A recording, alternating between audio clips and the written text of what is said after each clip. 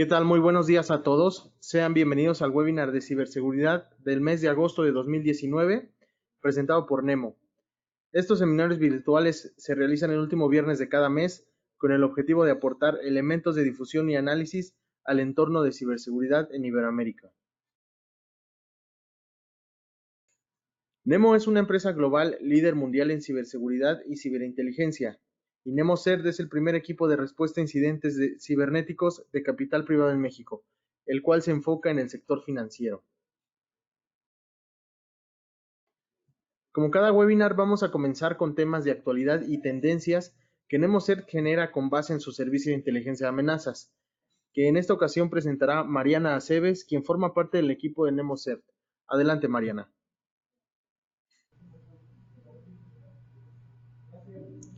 Gracias, buenos días. La siguiente sección de información es generada a partir del análisis de las diversas fuentes de información que NemoCert procesa diariamente y que es utilizada para notificar a nuestros clientes sobre afectaciones o vulnerabilidades en su infraestructura de TI. Estos reportes personalizados le sirven a las organizaciones a mejorar su nivel de ciberseguridad y reaccionar de mejor manera ante un incidente cibernético. A continuación, tenemos las notas destacadas para el mes de julio. En primer lugar, tenemos que una compañía de servicios financieros notificó una brecha de datos que expuso información personal de 106 millones de usuarios.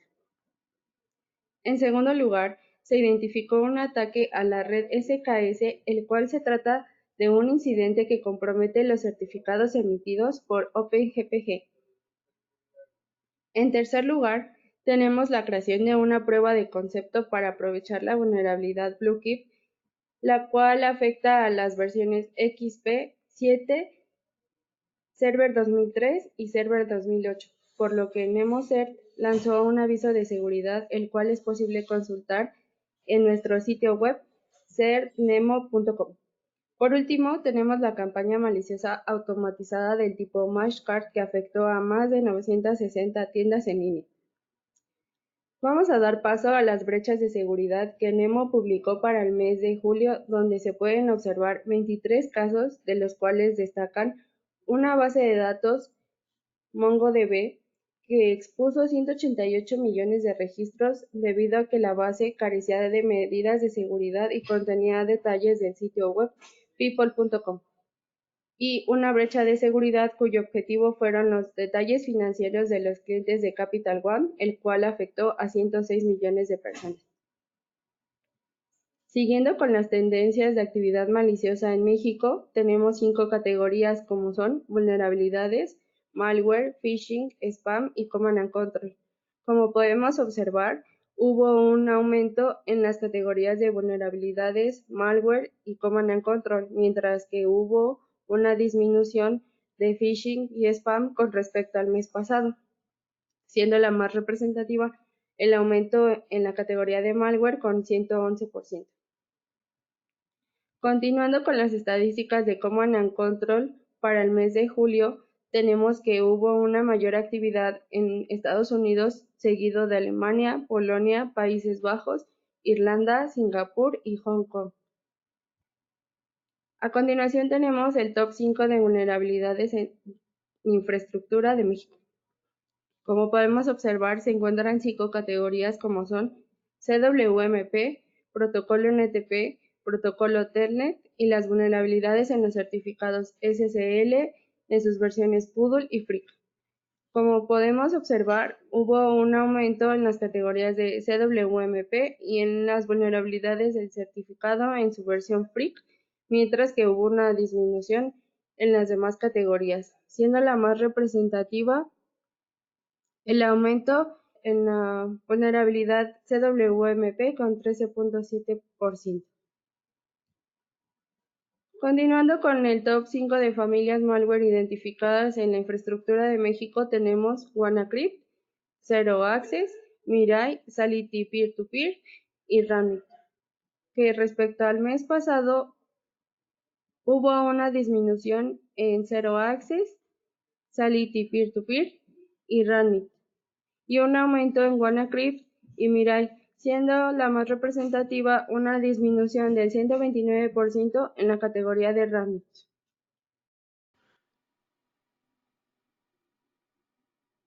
Muchas gracias, Mariana, por la información. Y ahora vamos a dar comienzo con el tema principal de este webinar, que lleva por nombre Fraude BEC, la estafa silenciosa que afecta a áreas financieras de empresas mexicanas, que en esta ocasión presentará Dulce Pérez, quien forma parte del equipo de ciberinteligencia de Nemo en México y que cuenta con amplia experiencia en este campo y ha trabajado en diversas investigaciones de este tipo de fraudes.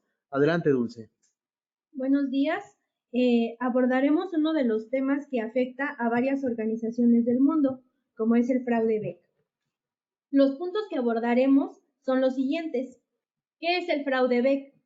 Daremos un preámbulo de lo que es el fraude BEC, una definición, las técnicas de compromiso, que son los métodos que se utilizan para realizar el fraude BEC. Daremos el fraude BEC en cifras. Estas cifras se tomaron de estadísticas presentadas por el FBI desde 2016 a 2018. Los tipos de fraude BEC, que abordaremos dos tipos principales, que es el fraude del CIO y las órdenes de pago falsas, que son las más comunes. Daremos un estudio de caso que hemos tomado de las investigaciones que hemos llevado en Nemo México.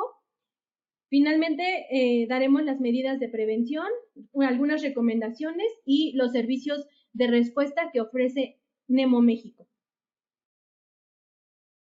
¿Qué es el fraude BEC? El fraude BEC, por sus siglas en inglés, Business Email Compromise, es un tipo de estafa dirigida a empresas que realizan transferencias electrónicas. Pero no solo afecta a las empresas, sino a otro tipo de organizaciones, como lo son instituciones educativas, instituciones de gobierno y organizaciones sin fines de lucro. ¿En qué consisten este tipo de estafas? En que el atacante envía correos electrónicos haciéndose pasar por personas de altos cargos en la compañía objetivo, como son el CEO o el CFO. Algunas de las características que tienen estos correos son que solicitan pagos urgentes, utilizan expresiones como tenemos problemas con el banco, le proporciono esta otra cuenta para el depósito, o la empresa confía plenamente en usted, este correo es altamente confidencial, ahora mismo no estoy disponible, pero requiero de su apoyo. El atacante por lo general tiene conocimiento previo de la función de la organización. ¿Esto cómo lo hace?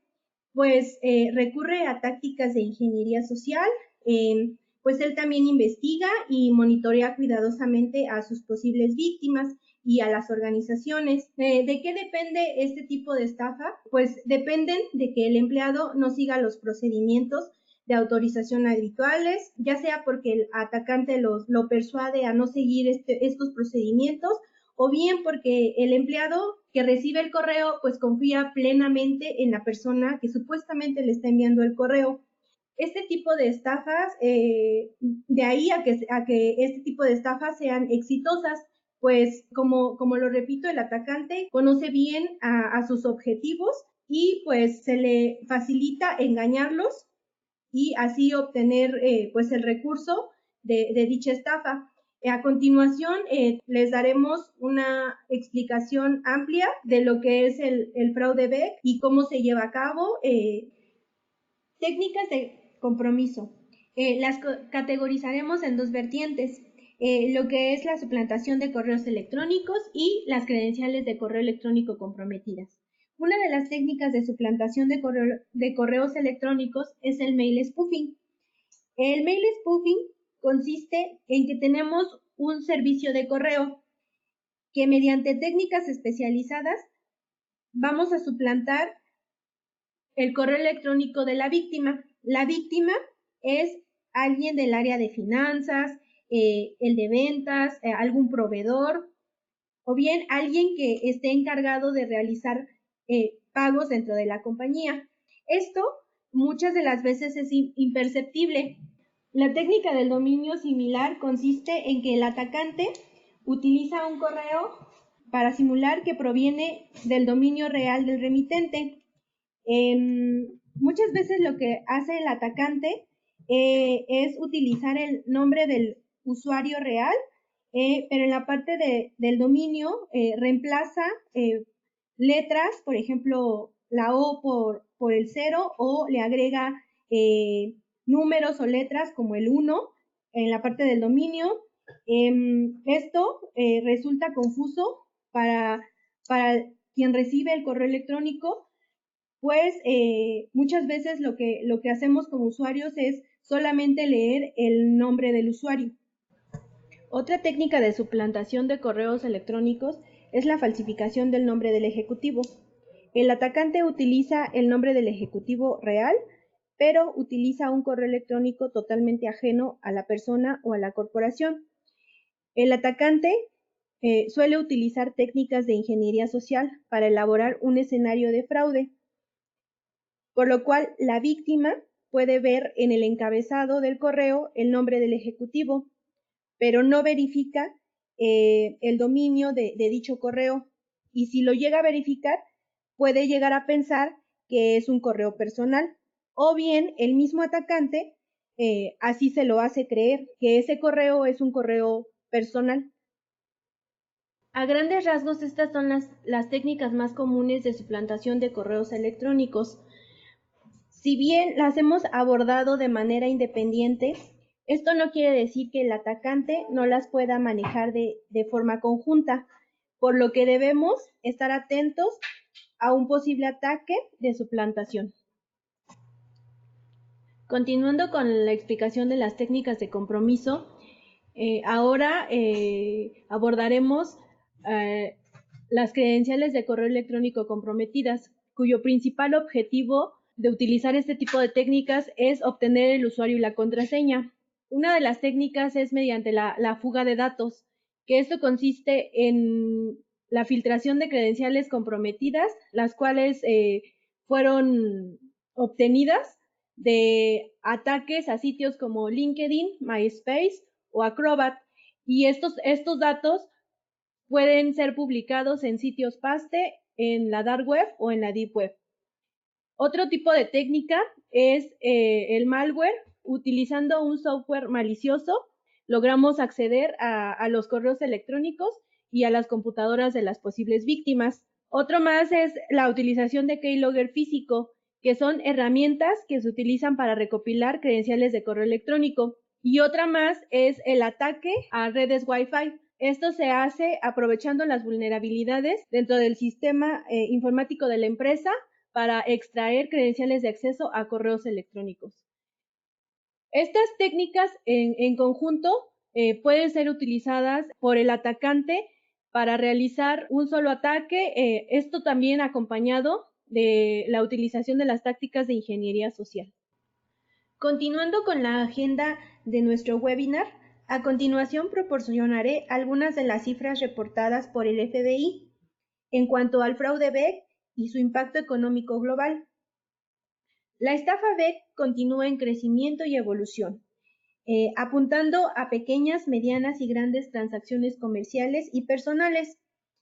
Entre diciembre de 2016 y mayo de 2018 hubo un aumento del 136% en pérdidas globales. Este tipo de estafa ha sido reportada en 150 países y las fuentes financieras a nivel mundial indican que se han enviado transferencias fraudulentas a 115 países.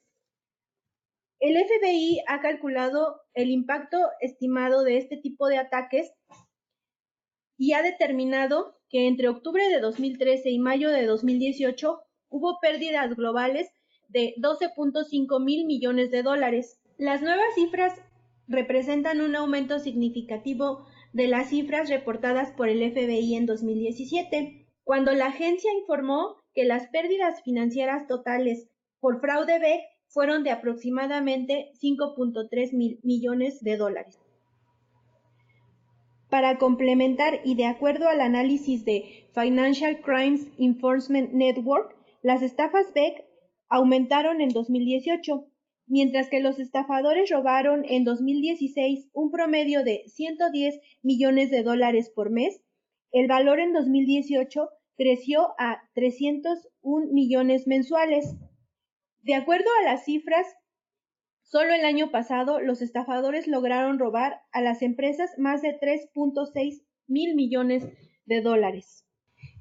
Con estos datos podemos ver que el fraude BEC genera grandes pérdidas financieras para las empresas, pues con el incremento mensual reportado hasta 2018, este tipo de estafa se convierte en una de las más peligrosas para todos los sectores. Ahora explicaremos los tipos de fraude BEC, entre los que se encuentra el fraude del CEO, el cual consiste en que el atacante envía un mail que aparenta proceder de uno de los directivos o del CEO de la empresa a un empleado que tenga la capacidad para realizar transferencias, dándole instrucciones para que envíe fondos a una cuenta que en realidad se encuentra bajo el control del atacante.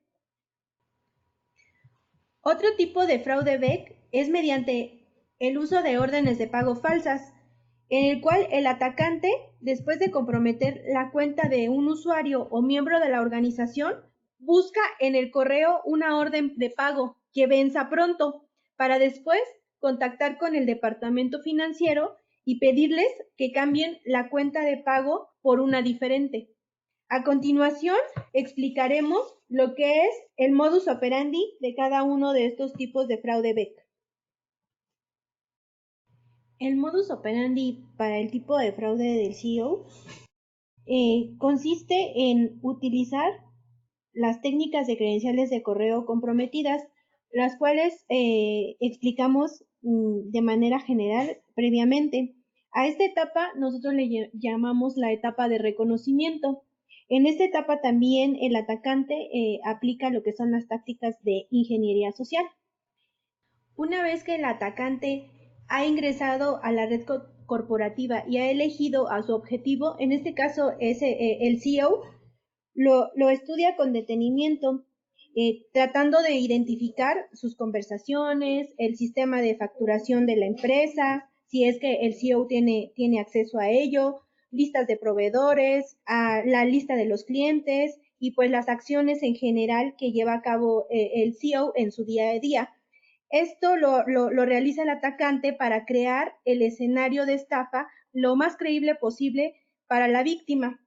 Tras haber recopilado toda esta información, aprovecha el momento oportuno. Puede ser que en ese momento el CEO se encuentre de viaje, por ejemplo, y pues el atacante, tras haberlo estudiado, esté enterado de que efectivamente él está de viaje y en ese momento aprovecha para hacer una suplantación de identidad y enviar un correo electrónico a la probable víctima. Una vez que el atacante ha suplantado la identidad del CEO, este procede a enviar un correo electrónico a la víctima, el cual tiene dos opciones: que se dé cuenta de que está siendo víctima de un probable fraude y deseche el correo electrónico, o bien que confíe en la procedencia de dicho correo electrónico, con lo cual la víctima contestará el correo al atacante, en este caso el supuesto CEO, lo que le indicará al atacante que la víctima ha caído en el engaño, por lo que envía otro correo electrónico, pero en este caso ya le solicita una transferencia y ya confiando plenamente en la procedencia, procede a realizar la transferencia del dinero, culminando con éxito el ataque. Es importante mencionar la fase de reconocimiento y su importancia en este tipo de fraude, pues el atacante recurre a la ingeniería social para obtener información como es el nombre de la persona, la empresa en la que labora y el cargo que desempeña, datos que puede obtener fácilmente de redes sociales como LinkedIn, lo que le permite jerarquizar e identificar a otros actores que formen parte del área financiera, como son el director de finanzas, el contador, el auxiliar contable, siendo estos últimos los principales objetivos del atacante. ya que en estas áreas se realizan las transacciones de los fondos. Para el caso del tipo de fraude de orden de pago falsa, el modo de operar consiste en que el atacante hace una fase de reconocimiento previa. También el atacante recurre a las técnicas de suplantación de correo electrónico previamente explicadas y a grandes rasgos el modo de operar en este tipo de fraude consiste en que el proveedor envía un correo electrónico al cliente con la orden de pago que contiene el número de cuenta y el beneficiario. Posteriormente, el cliente recibe otro correo electrónico. Este correo electrónico ya está suplantado por el atacante mediante técnicas de suplantación de correo electrónico. El correo le indica al cliente que hay un problema con el banco, que cambiará el número de cuenta y el beneficiario contenidos en la orden de pago nueva. El cliente cae en la estafa y transfiere los fondos a la cuenta proporcionada en el segundo correo. Las características de este tipo de fraude BEC son las siguientes. La orden de pago es totalmente apócrifa, suplantan el correo electrónico corporativo mediante técnicas de suplantación, interceptan los correos electrónicos. Esto lo pueden hacer utilizando técnicas de compromiso de correo electrónico. Este modus operandi resulta ser altamente peligroso, pues combina ambas técnicas de compromiso, lo que lo hace aún más efectivo. Las características de la orden de pago falsa son las siguientes. El atacante altera el formato de la orden de pago legítima, por lo general los datos de la cuenta destino. Otra característica es que el atacante suele agregar la firma autógrafa del responsable o los sellos característicos de la empresa.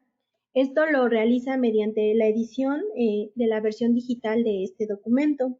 En algunos casos que hemos atendido, hemos identificado archivos en formato PDF que a simple vista notaríamos que son archivos originales, pero al realizar un análisis detallado nos hemos dado cuenta que la firma es incorporada mediante alguna técnica de edición y pues el cliente muchas veces pues no detecta este tipo de anomalías en las órdenes de pago, pues realmente se hacen notar bastante auténticas. Y finalmente, el atacante, ¿de dónde puede provenir? Puede ser un interno, ya sea un empleado desleal, que no esté muy contento en su organización o que simplemente decida trabajar para la organización y para actores maliciosos, o bien puede ser un externo, que son los hackers, o también puede ser un ex empleado que haya terminado de manera no muy buena. Esto es a grandes rasgos lo que es el fraude BEC. Uno de los casos más recientes y que ha sonado mucho en internet y en redes sociales es el caso del Boca Juniors. Una transferencia entre los clubes del PSG y Boca Juniors por un jugador que fue formado dentro del Boca Juniors. Esto sucedió entre marzo y abril de este año. Este ataque lo realizaron utilizando como técnica de compromiso el dominio similar, pues utilizaron en vez del dominio bocajuniors.com.ar, utilizaron bocajuniors.com.an.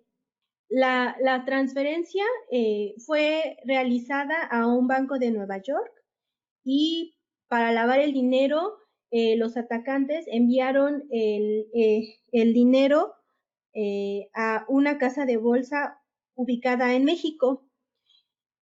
Esto es importante mencionarlo porque anteriormente los atacantes utilizaban bancos o casas de bolsa en China o Hong Kong para lavar el dinero, siendo actualmente la tendencia los bancos o casas de bolsa mexicanos.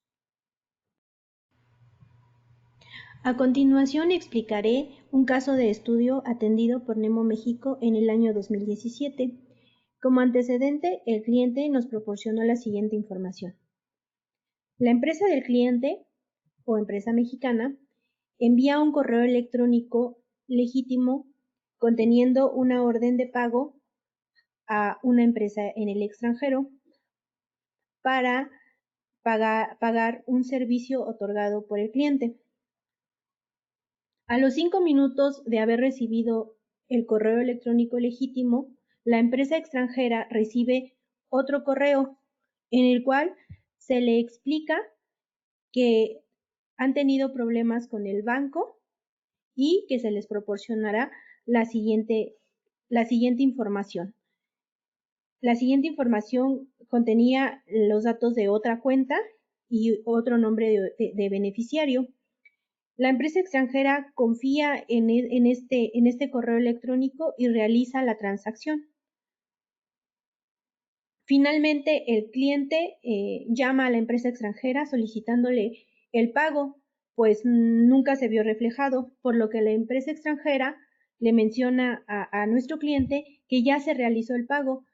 Es en ese momento que se dan cuenta que fueron víctimas de un fraude, por lo que el cliente recurre a Nemo México para un asesoramiento.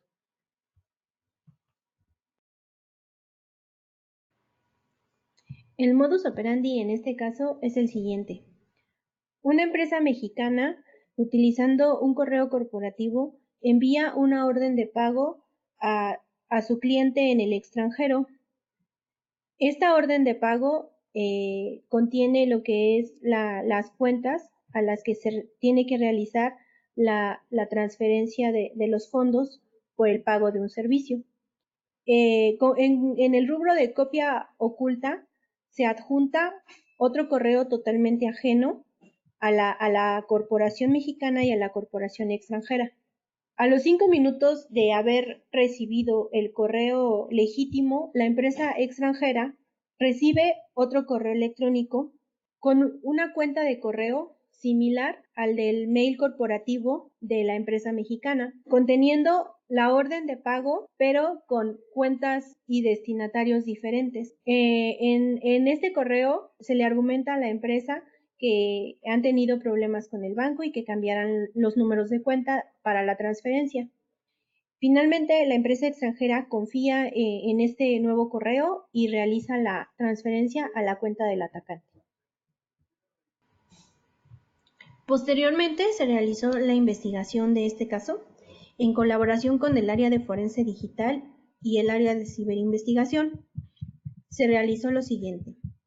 Se analizaron los encabezados del correo proporcionado por el cliente, el correo corporativo, de los cuales obtuvimos las direcciones IP de conexión, el correo electrónico adjunto como copia oculta, el cual no pertenecía a nadie de la corporación, y se obtuvieron los datos de la cuenta bancaria, a la cual se hicieron las transferencias. De las direcciones IP de conexión, se identificó que el proveedor de servicio de Internet se encuentra en México. El correo electrónico que denominaremos del atacante se buscó en Internet y en la Deep Web, principalmente en foros. En un foro en la Deep Web mencionan dicho correo electrónico y básicamente es lo mismo que sucedía al analizar el correo, que se adjuntaba en copia oculta y que no sabían el por qué sucedía esto. En dicho foro explicaban que probablemente pudiera tratarse de un malware. En cuanto a la cuenta bancaria, se identificó el nombre del beneficiario y también se identificó que la cuenta fue aperturada en un banco mexicano. Posteriormente, realizamos el cruce de la información, derivando en vínculos. De aquí se obtuvo que el beneficiario, esta cuenta relacionada con el atacante, Utilizando técnicas OSINT, se identificó que trabaja en una empresa de tecnología ubicada muy cerca a la empresa defraudada. También se realizó una red de vínculos de este beneficiario, en el cual obtuvimos lo que fueron sus redes sociales. Se realizó un análisis de redes sociales, principalmente en Facebook, que es en donde tenía un poco más de información pública, en el cual al analizar sus imágenes identificamos a una persona vistiendo una camisa con el logo de la empresa defraudada, el cual al presentar esta información a nuestro cliente, identificó a dicha persona como un empleado del área de infraestructura de la empresa defraudada. Es importante mencionar que el objetivo de nuestro cliente ya no era la recuperación en sí del dinero perdido, sino el objetivo de nuestro cliente era saber si alguien de su equipo de trabajo estaba de alguna manera participando en este tipo de fraude. A continuación, mi compañero Guillermo Ramírez, del área de forense digital de Nemo México, quien ha trabajado en este tipo de casos, nos proporcionará las medidas de prevención, recomendaciones y servicios que Nemo México puede ofrecer en este tipo de fraudes. ¿Qué tal? Muy buenos días. Muchas gracias, Dulce. Yo voy a tratar un poco el tema de cómo prevenir este tipo de afectaciones. La primera de ellas es fundamental concientizar a los empleados en los procesos de generación de pagos. Con esto queremos decir, si la empresa o la institución tiene un proceso de cómo generar pagos o generar facturas, este proceso debe de seguirse por cada uno de los empleados que formen parte de las áreas financieras. Si la mayoría de las empresas lo hacen, se tiene que firmar un documento por alguien que lo autoriza, un director, un gerente, y este debe ser escaneado y tal vez enviado por correo. No se debe permitir que ese salto se pase, que por una instrucción de correo nos llegue y un director nos diga, hay que hacer este pago. Eso, como lo hemos visto durante el desarrollo de este webinar, es lo primero que te potencializa a que puedas ser víctima de un fraude.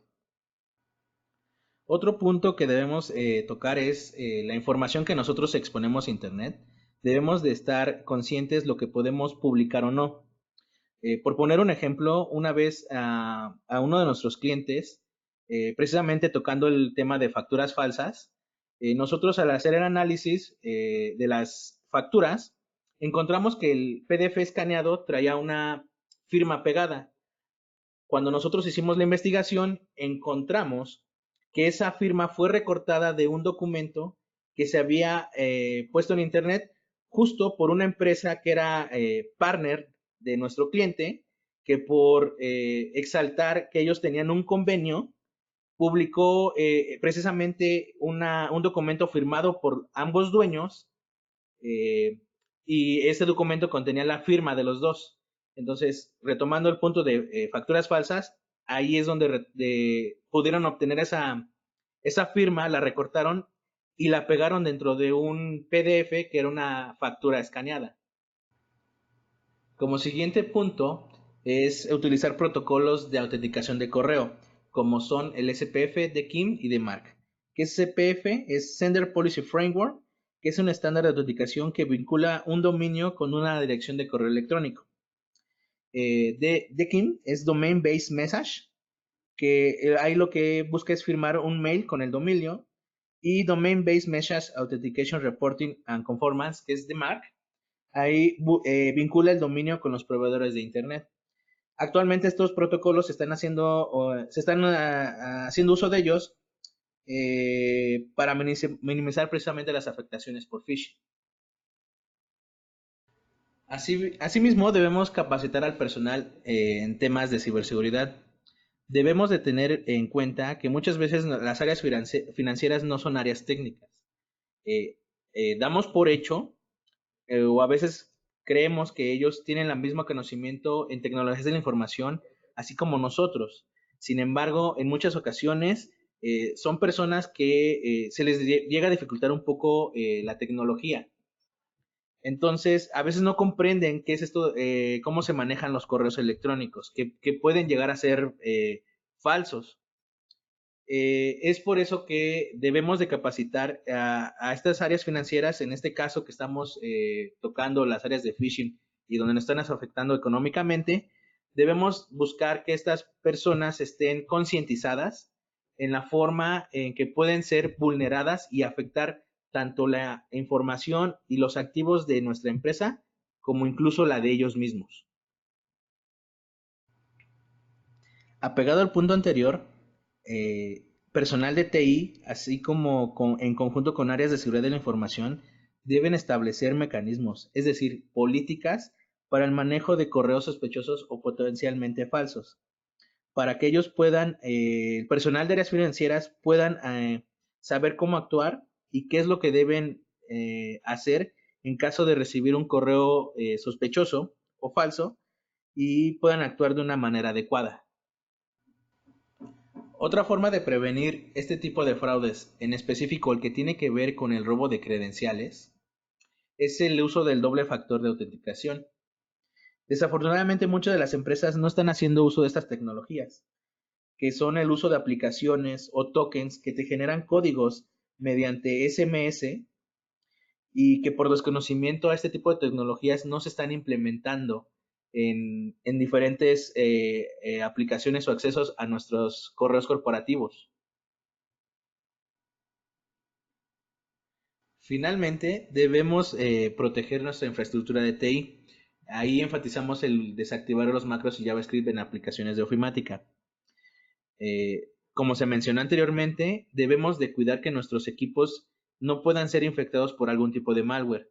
De igual forma, como se hizo alusión anteriormente, el que alguien pueda intervenir en nuestros equipos puede estar dentro de ellos, podría estar capturando contraseñas, usuarios, la forma en que operamos, a lo mejor nuestros archivos PDF, en este caso yéndonos a nuestro tipo de fraudes, las facturas, los montos que se están operando.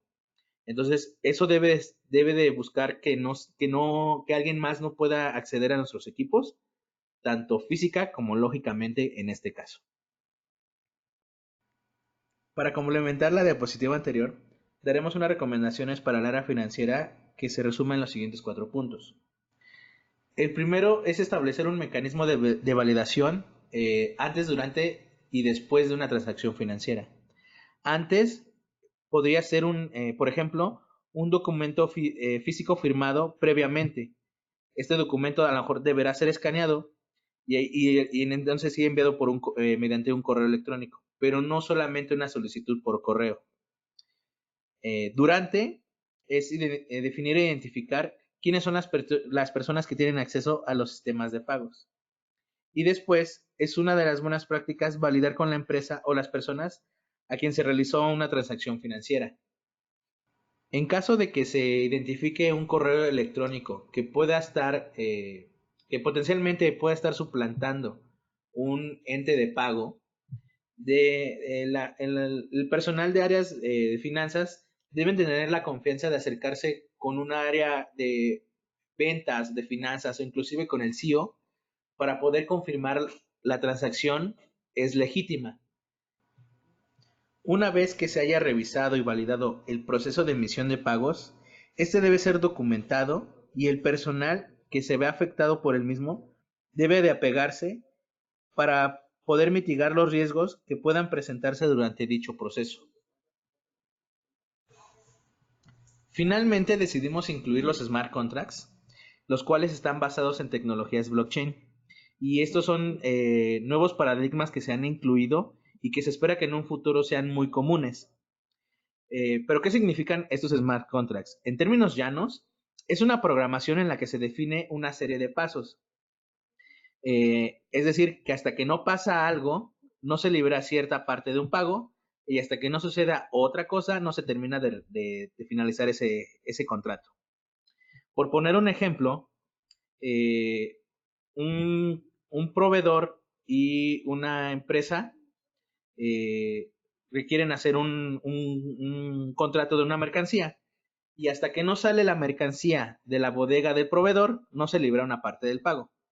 Y cuando la mercancía llega a las instalaciones del cliente, se termina de liberar el pago. Con este tipo de smart contracts, ya no se requiere la interacción humana para concretar este tipo de transacciones. Finalmente, antes de pasar a la parte de preguntas y respuestas, queremos compartir los servicios que en Nemo contamos para poder atender este tipo de incidentes. Estos están divididos en servicios proactivos, los cuales son servicios que les pueden apoyar para prevenir este tipo de fraudes, y los servicios reactivos. Estos nos van a apoyar en caso de que hayan sido víctimas en alguno de estos tipos de fraudes bancarios.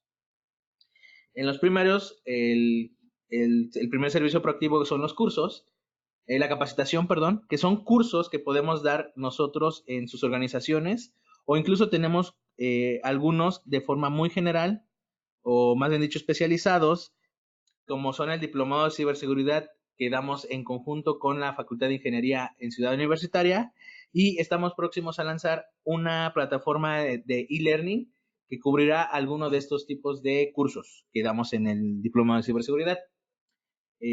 Damos algunas auditorías como son ISO 27001, también hemos hecho algunas sobre speed, contractuales de equipos. Tenemos en la parte de concientización, en conjunto con algunas organizaciones lanzamos campañas dentro de alguna de las empresas que así nos lo solicitan.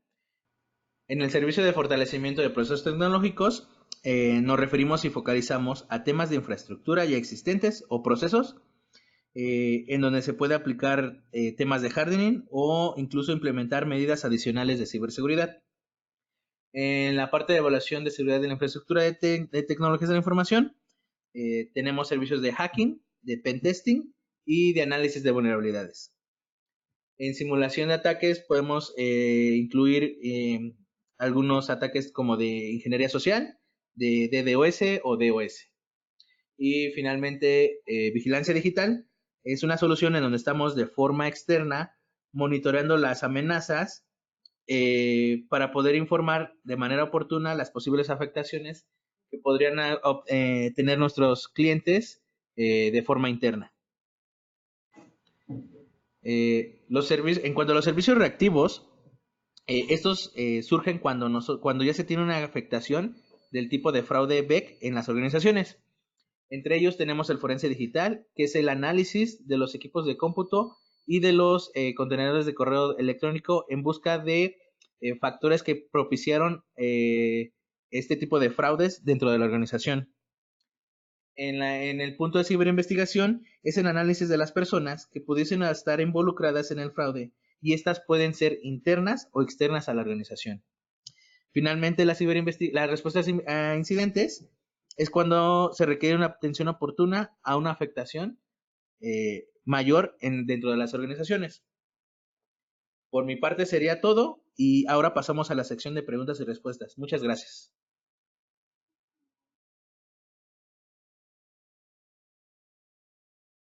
Muchas gracias, Dulce. Muchas gracias, Guillermo, por la explicación de este tema tan importante para organizaciones. Ahora vamos a dar paso a las preguntas que han llegado.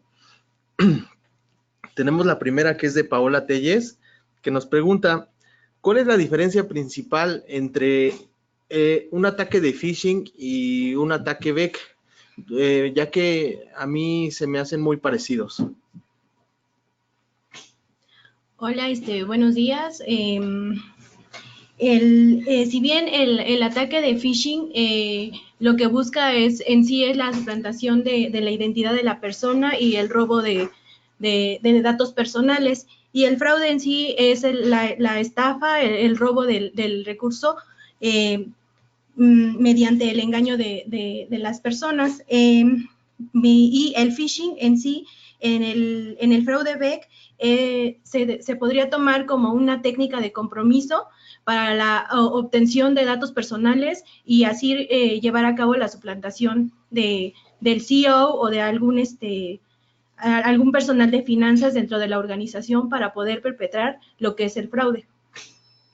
Y complementando un poquito lo que menciona Dulce, es el fraude BEC tiene como finalidad realizar una transacción de alguna empresa. ¿Por qué? Porque las empresas hacen transacciones de varios cientos de miles de pesos o de dólares. Entonces, el phishing a lo mejor pueden ir sobre cualquier persona y tomando como ejemplo el día de hoy, si te llega un phishing, a lo mejor lo que tú tienes en tu cuenta es lo que te depositaron el día de hoy.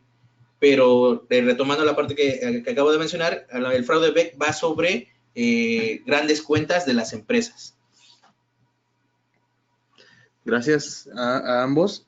Vamos con otra pregunta que la hace Juan Martínez. Nos comenta que en la diapositiva donde se menciona las técnicas de ataque para llevar a cabo este fraude, se menciona que el keylogger sirve para obtener contraseñas. ¿Esto de qué forma es que funciona el llamado keylogger? Bueno, el keylogger en realidad es como está capturando todo lo que se está tecleando. Habrá algunos keyloggers más sofisticados que otros. Digamos, los más sencillos están capturando todo lo que se teclea o todo lo que se está ingresando dentro de tu equipo de cómputo. Una vez que se tiene todo un vaciado de la información que se está capturando, tú puedes empezar a buscar, por ejemplo, información precisa, como por ejemplo una arroba. Buscas en la arroba y seguramente alrededor de un correo y más adelante en esa información habrá contraseñas. Sin embargo, podríamos capturar otras cosas, todo lo que estés mensajeando, si tienes un Skype, tienes Messenger en tu equipo, pues también estarías capturando conversaciones. Muchas gracias, Guillermo. Tenemos otra pregunta de Roberto García que nos pregunta que se mencionó el modus operandi que mencionaron fue de un caso de 2017. Quisiera saber si este mismo modus operandi es el que se emplea para realizar fraude BEC. Sí, mencionamos lo que fue el caso de estudio que atendimos aquí en Nemo, México. Este fue en 2017. Sin embargo, el modus operandi sigue de manera vigente. Esto principalmente por el modo de ataque, que es utilizar el correo electrónico como medio de comunicación. Ha tenido algunas variantes. Hemos detectado que lo más reciente es que también ya no suplantan solamente al CEO, sino también tienden a suplantar a los proveedores de las empresas. También hemos notado una tendencia hacia las empresas más pequeñas. Las empresas más pequeñas que anteriormente se enfocaban un poco más a las empresas grandes, como por ejemplo uno de los casos que es el de Google, que es de los más recientes, que fue el que ha tenido un mayor impacto y que es en el que suplantaron precisamente al proveedor. Sí, Dulce, como bien mencionas, así como el malware ha ido evolucionando, también este tipo de fraudes han ido variando. Al final de cuentas, digamos, todo está basado en un correo. Sin embargo, antiguamente lo que los atacantes buscaban era suplantar al CEO. El CEO llevaban un correo suplantando al CEO pidiendo una transferencia y la gente lo realizaba. Ahora se han dado cuenta que también gracias a que hacen esa inteligencia sobre las personas, se han dado cuenta que hacen muchas transacciones pues con proveedores. En estos últimos meses hemos visto que se ha incrementado mucho la suplantación, pero de los proveedores. Un caso, como mencionas, muy conocido, o que más dicho se dio a conocer recientemente, a Google y a Facebook, una persona en Lituania suplantó a un proveedor taiwanés de ellos. Y esto se supo gracias a que esta persona fue detenida y se declaró culpable. Él, como tal, se hizo pasar, levantó un sitio de un proveedor taiwanés de estas dos grandes compañías y empezó a solicitar facturas, envió facturas para hacer las transferencias y él obtuvo todos esos recursos. Si no mal recuerdo, podría ser que esté mintiendo en el dato, son alrededor de 100 millones de dólares. Bien, muchas gracias a ambos. Tenemos diferentes mensajes ahí cuestionándonos acerca de si este seminario se va a retransmitir o se va a colocar en algún lado. Sí, les comento que todos los seminarios están subiendo de forma mensual en nuestra plataforma de YouTube, que de igual manera tenemos ahí en el sitio web. Y pues bueno, las preguntas que nos vayan llegando en el transcurso del día las estaremos contestando ahí personalmente a través del correo electrónico. Entonces, con esto vamos a dar por concluido el webinar del mes de agosto. Agradecemos su asistencia y pues los esperamos. Recuerden que es el último viernes de cada mes y por aquí nos estamos viendo con más temas de ciberseguridad. Muchas gracias.